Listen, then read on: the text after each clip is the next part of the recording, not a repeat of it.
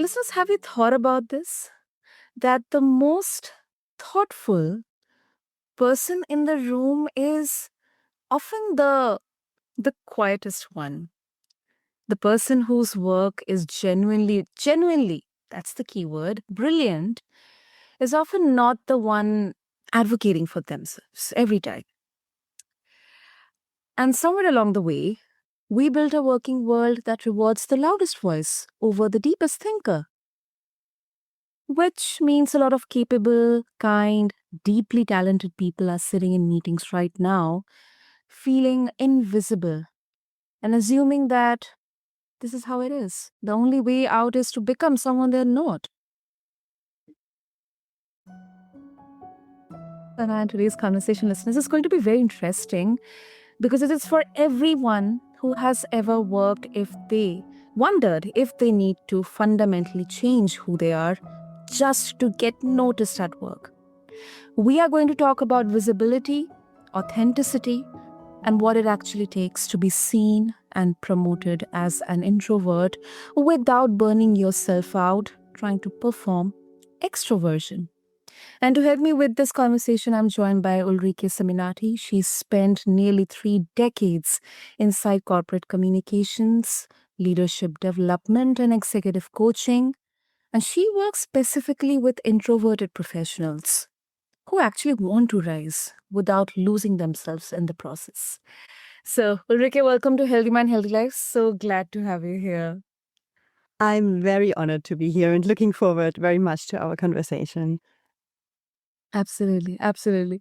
So, Ulrike, this is such a personal topic for me, personal because physically I would identify myself, more like an introvert or maybe ambivert, I'm not sure. But I always kind of, wonder about it that do I have to always be, super actively engaged in the physical conversations, or will I be getting any opportunity to speak out? So I really am really looking forward to this conversation, and I want to start with something I think a lot of us we get wrong about this whole conversation. So when most of us we hear introvert at work, we immediately think, and that's what I also used to consider myself as shy or socially awkward or maybe underconfident. And I think this really costs so many talented people their careers because they are being measured against a definition that was never really about them. So what do you think are we getting wrong, the biggest misconception, including introverts, about what introversion actually is in professional setting? I think the biggest misconception is that it's a weakness. There's still this feeling that if you say, people are reluctant to say I'm an introvert because they think that's a weak. And I think that is, first of all, the really biggest misconception because everything stems from that. Because we think it's something not good, it's not valued in the corporate world. People don't look behind the scenes, which you need to do if you really want to get information from an introvert. And so lose them. And they sometimes also lose themselves because they think, that was me including, by the way, in my corporate career, Yeah. because we think we need to change, we need to fake extrovertism and we need to be louder and socialize more and force ourselves into situations so we don't appear like an introvert. And I think that is, first of all, the biggest misconception. And I think not all introverted people have low self-confidence, but often there's this negative spiral that turns you down because as we try to be someone else, we tell ourselves permanently that we're not good as we are. And this is why often the self-confidence of introverted professionals is lower because permanently we show ourselves actually that we are not good enough for what we think we should do. And I think this is the biggest misconception, that it's not seen as a separate set of strengths that we can build on. Mm. And I infinitesimally percent agree with you, Ulrike, because and one more thing, if I correct me if I'm wrong, that I think, introverts or, people They are very selective towards, when they are in that particular environment. I think they absolutely feel that confidence to speak out, uh, quote unquote loud, but speak whatever exactly is needed, not less, not more. Very measured and very calculated way they speak out loud, and they. I believe that, because of this misconception that you just described, that it's more like a weakness, especially when you go out in the professional world. Sometimes it undermines or portrays this as weakness for themselves, let alone for others. Yeah, that's exactly it. And, like you say, when somebody who is an introvert Mm. has obviously certain talents and strengths that extroverts have a bit less or very much less, depends on the person. Mhm. But it's about listening deeply, analyzing the situation, reading between the lines.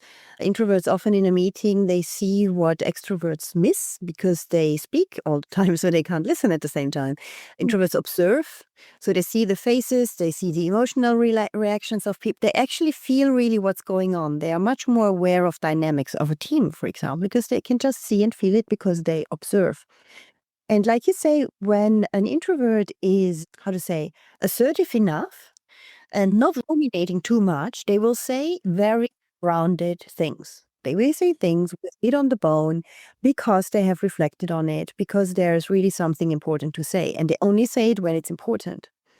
Where the problem starts is actually for both introverts, but also for the whole environment, is when Mhm. ruminate so much, rehearsing the sentence 10 times in their head while the meeting is going on. And once they're ready to say that perfect version that they have now approved in their head, well, the conversation has gone on and they don't say anything. And that means their ideas get lost. They get frustrated about themselves because it's often a very repetitive situation. It repeats even several times in one meeting, oftentimes. And they come to the conviction that finally I have ideas, but I'm kind of unable to bring them to the table and somehow doesn't serve anything. And, they start feeling really, really frustrated about that. And people, if they don't have the patience to look behind the scenes of this person or asking them outside of a meeting, for example, what they think of the situation, then their ideas just never get included into the thinking of the group. And that is a huge loss for both the group and the individual. It is. It is. Yeah. I mean, this, I'm very sure for many of our listeners, this will be a bit surprising or eye opening. And, I think a lot of people, they just exhale a little because, being told for years that you should be more outgoing when what you actually needed was quite a way to contribute. It definitely does something to a person. And it makes me really wonder what exactly goes on underneath, because the cost isn't just career shaped, there are other aspects as well. And that brings me, Ulrike, to the next question that, rather than being a skill problem, it's a visibility problem. Like, something about how organizations are structured and how we have been taught to read competence. What do you think is really happening beneath the surface when, let's say, a brilliant, capable introvert keeps getting passed over for someone less qualified but more visible? Well, what's happening is that we find that situation that often you then have a boss or a line manager who is less qualified than you Mm. because this person just shouted out very loudly. And maybe they have even taken credit for your achievements, which is the worst case. Yeah. But at least they have like exaggerated probably what they have achieved before. And that is super frustrating in the sense that it's not only not right, yeah, it's Mhm. something that means we have the wrong people sometimes in the wrong place. Obviously, I don't say that all extroverts are bad leaders, not at all. But sometimes some extroverts just get promoted because they did a huge amount of self promotion that landed well with other extroverted leaders that are already in place. So we are just repeating the same pattern again and again. And what I find really interesting, and this is always something that my coaches also find really, really motivating, actually. There are Mhm. statistics about that introverted leaders have create more productivity and motivation when they lead, when an introverted person leads extroverted people versus the other way around. And that is really interesting in the sense that in reality, we have much more the other way around. We have extroverted leaders leading introverted people. And Wow. what this leads to is that, extroverted leaders take a lot of space. When they hold a meeting, they have a lot of speaking time themselves, which means that team members have very few speaking time. And if they're Okay. introverted, they have no speaking time because they don't catch it, because it's not their style. And an extroverted leader will just think from his or her perspective, like everybody actually, thinking, well, if she or he has something to say, well, they will say it because that's what they would do. Yeah. So they don't go and ask. An introverted leader is totally different. First of all, they leave the space to the others in the meeting. So a lot of ideas come from the team members. And if there's somebody who is not speaking, they most likely will take that person after the meeting and ask them in a one-on-one, because they Mm. know that in a one-on-one this person will speak much more freely and much more comfortably, and they suspect, and rightly so, that this person probably has a lot of good ideas.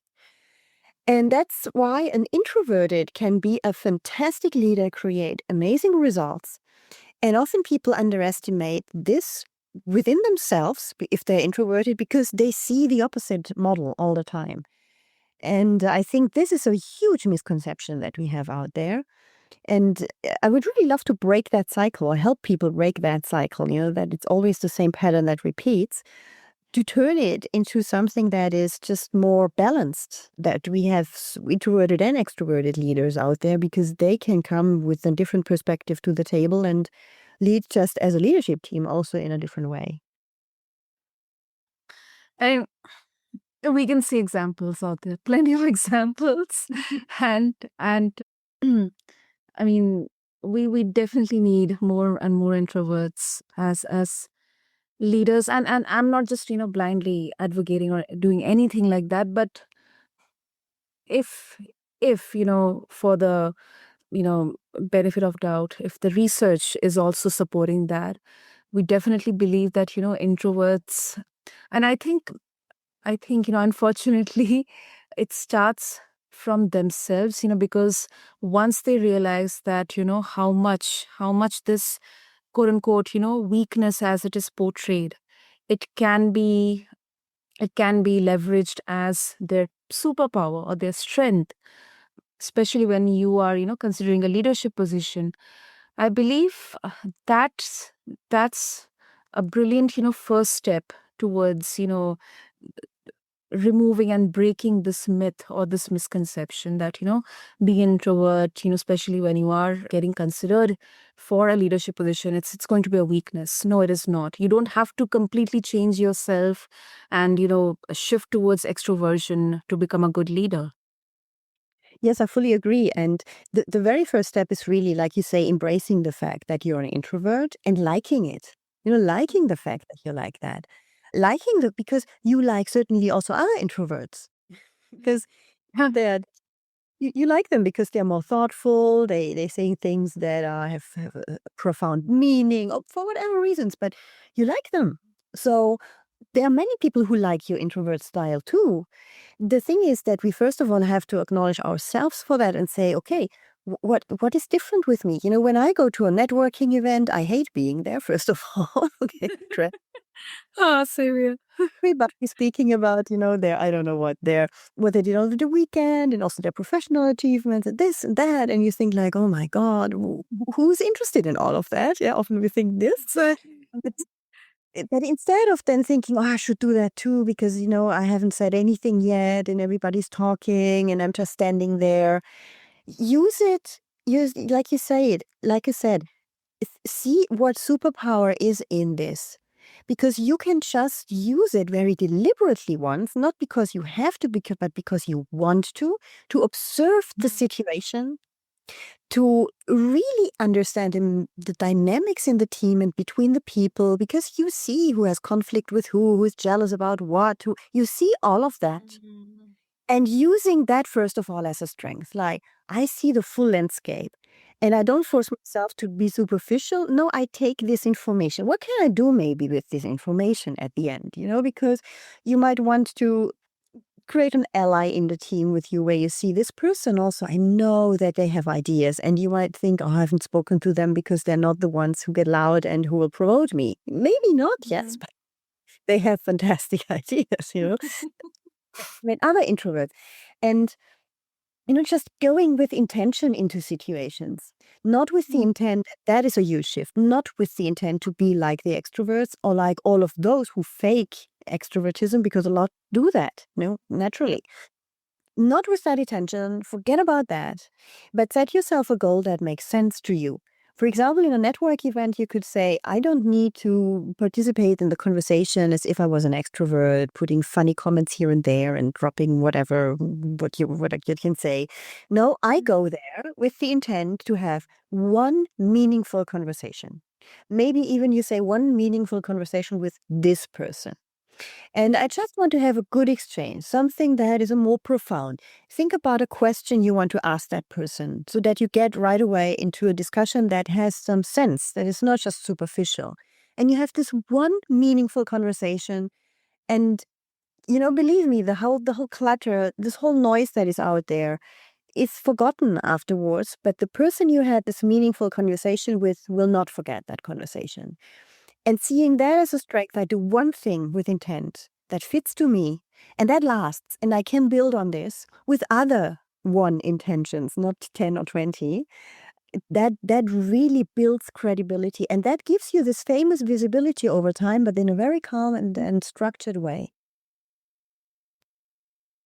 100%, 100%, Ulrike. I mean, it's like you are just saying my mind out loud because I absolutely, and I was doing this conversation with another guest. It's yet to be released on BizBlend. For the listeners, I hosted a while ago Ulrike on BizBlend as well. So we were having this episode recorded, Ulrike, about how poker playing poker, it has leadership lessons in it. And then we also discussed about this, it's a military strategy, which is the OODA loop, like observe, orient, decide, and act. So when you know that you are already, you communicate in a very measured way, and that introversion itself is giving you that time to observe, I think that can be leveraged to a brilliant use of strategically and authentically building relationships, even if you are in a network event or you are in the boardroom, you are in a professional environment. Yeah, exactly. And that's what you said is really interesting, the military strategy, because that's exactly the point. As an introvert, we can analyze very well, we can plan very well. So that means we can set up a strategy very well. So why don't we do this for ourselves more? And we say, okay, I don't have to convince in a meeting all the 10 people sitting in that room. Probably not. And you won't. And this is huge pressure again, and it won't work. But there's maybe one strategic key decision maker in there, or one person I know that I want to position myself towards that person. So look at that person. What does he or she want? What are their aspirations? What are their motivations? What are their pain points? And then you really think of, how can I help them to achieve what they want to achieve? And how can I bring in my competence so that it works for both of us, like creating a win-win? And you do this strategically. So not like I have to show myself to everybody, everybody needs to embrace my achievements. That's sort of really not working, but rather being strategic and very selective about your actions. And then you're much more able also to carry them out in a proper way, in a way where it feels authentic to you and not too much, because you have thought it through, it's your strategy, and you just do it. And this can sometimes be just one remark, one well thought through sentence. Maybe it's even a follow-up, a written follow-up after a meeting. We also underestimate that very often and think when the meeting's over, it's too late. And maybe not.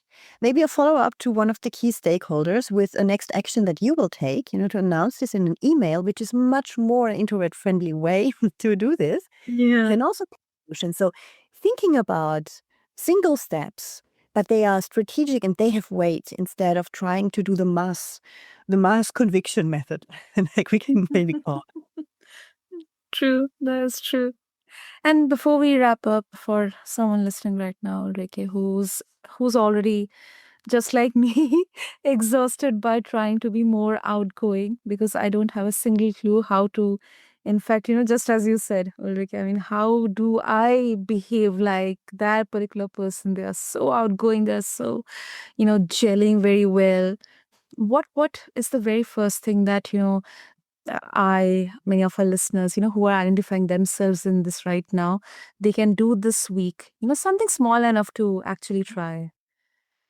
One small thing, if they're really in the corporate world and doing meetings every day, meetings where they Mm. feel overlooked. So you choose the meeting where you're always the most overlooked. Then we can do it this week. And you know what topic the meeting is about, most likely, if there's an agenda, or at least there's a title for the meeting, so you know what you'll be talking about.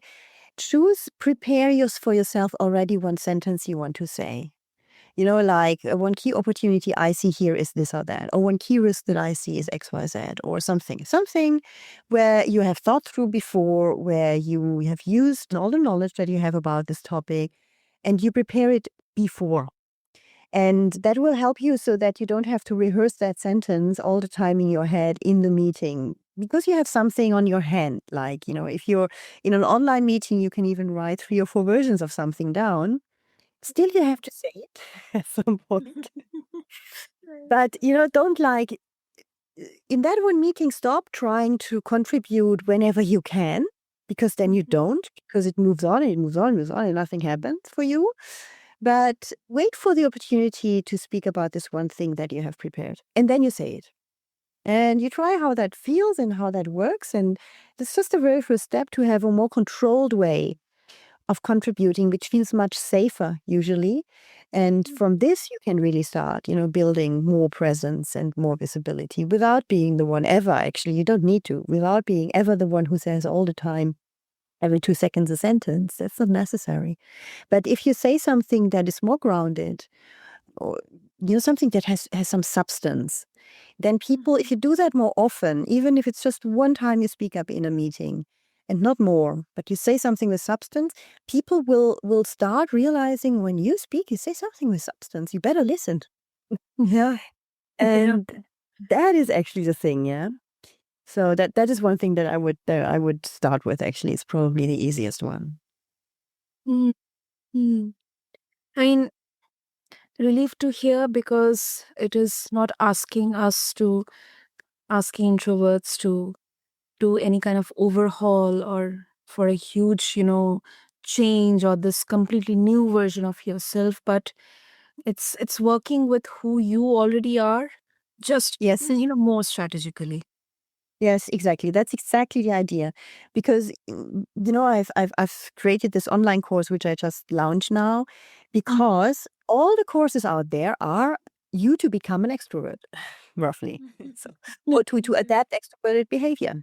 And it does not work for introverts. Never. Because if you're not authentic, you lose your energy, you don't radiate anymore, and you burn out over time. It's just draining.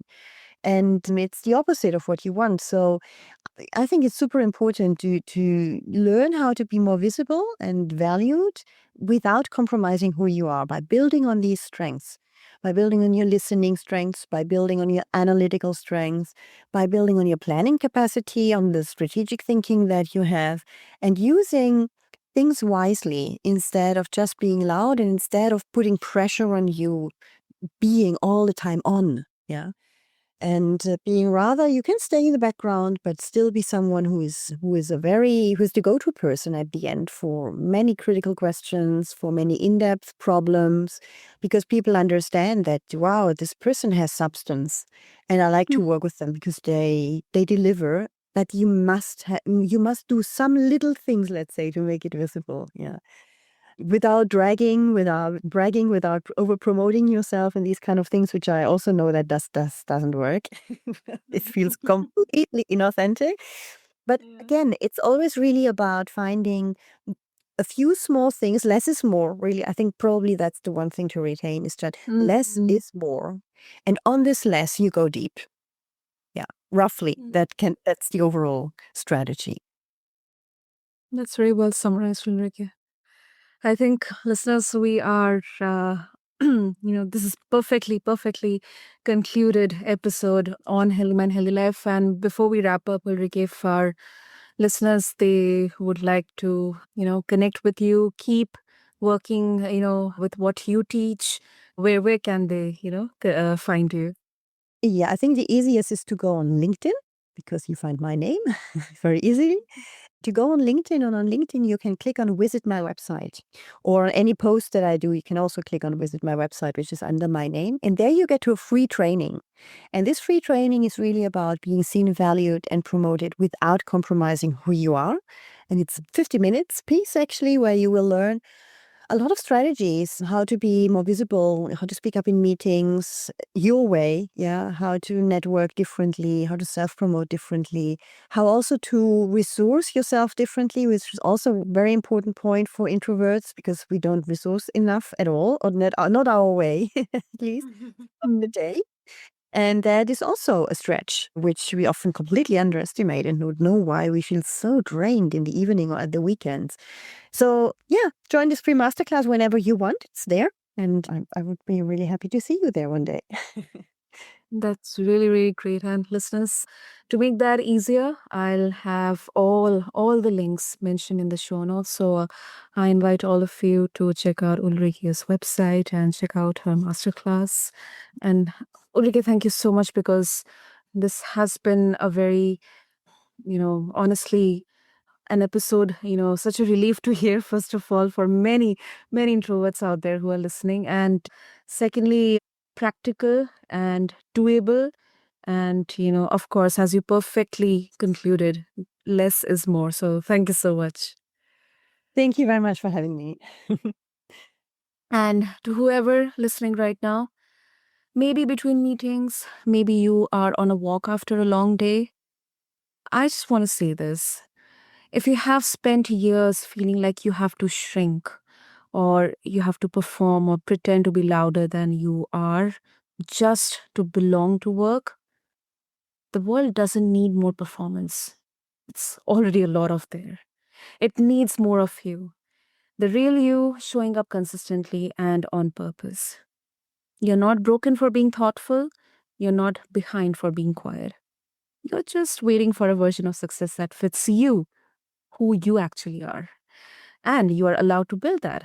So, thank you so much for tuning into this episode. You are listening to Healthy Mind, Healthy Life. I am Sana. I'll catch you in the next episode. Thank you so much.